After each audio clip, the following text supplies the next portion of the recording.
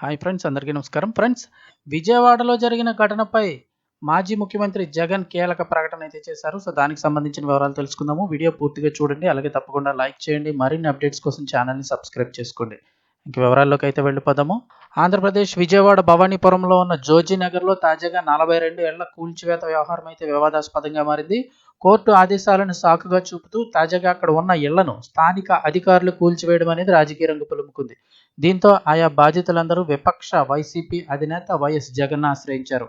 దీంతో ఆయన వాళ్ళ భవానీపురం వెళ్లి బాధితుల్ని పరామర్శించారు. ఈ సందర్భంగా జగన్ కీలక వ్యాఖ్యలు చేశారు. జోజీనగర్లో ఇళ్ల కూల్చివేతపై సిబిఐ విచారణ చేయించాలని వైఎస్ జగన్ ప్రభుత్వాన్ని డిమాండ్ చేశారు. ఆ ఇళ్ల కూల్చివేతకు ముఖ్యమంత్రి చంద్రబాబు, ఆయన కుమారుడు లోకేష్, స్థానిక ఎంపీ కేశినేని చిన్ని, అలాగే స్థానిక కార్పొరేటర్ సోదరుడే కారణమని ఆరోపించారు. కాబట్టి సిబిఐ విచారణలో అన్ని విషయాలు కూడా వెలుగులోకి వస్తాయని జగన్ తెలిపారు. అలాగే జోజీనగర్లో బాధితుల బ్యాంకు రుణాలు ప్రభుత్వం చెల్లించాలంటూ డిమాండ్ చేశారు. ఆ 42 కుటుంబాలకు తిరిగి ఇళ్లన్నీ కట్టించివ్వాలని కూడా ఆయన డిమాండ్ చేశారు. పేదలకు ఏ ప్రభుత్వమైనా అండగా నిలబడాలని జగన్ తెలిపారు. కానీ ఇక్కడ ప్రభుత్వమే వారికి వ్యతిరేకంగా పిటిషన్లు వేస్తోందన్నారు. జోజీనగర్ బాధితులకు ప్రభుత్వం న్యాయం చేయాలని, లేని పక్షంలో తమ ప్రభుత్వం రాగానే విచారణ తథ్యమని జగన్ హెచ్చరించారు.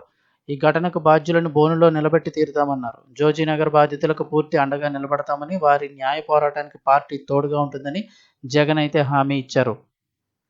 ఇక్కడే కాదు, రాష్ట్రమంతా అయితే కొనసాగుతోందని, అనేక చోట్ల ఎక్కడైనా చిన్న చిన్న లిటిగేషన్లు ఉంటే టీడీపీ నాయకులు ఎంటర్ అవుతున్నారని, భూమి కబ్జా చేస్తున్నారని జగన్ ఆరోపించారు.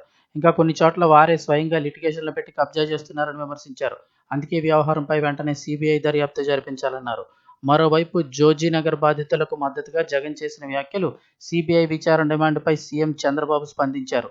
మీడియాలో చిట్ చాట్తో మాట్లాడుతూ జగన్ అక్కడికి వెళ్లి చేసేది ఏముందన్నారు. ఈ వ్యవహారం ఇప్పటికే కోర్టులో ఉన్న విషయాన్ని అయితే చంద్రబాబు గుర్తు చేశారు.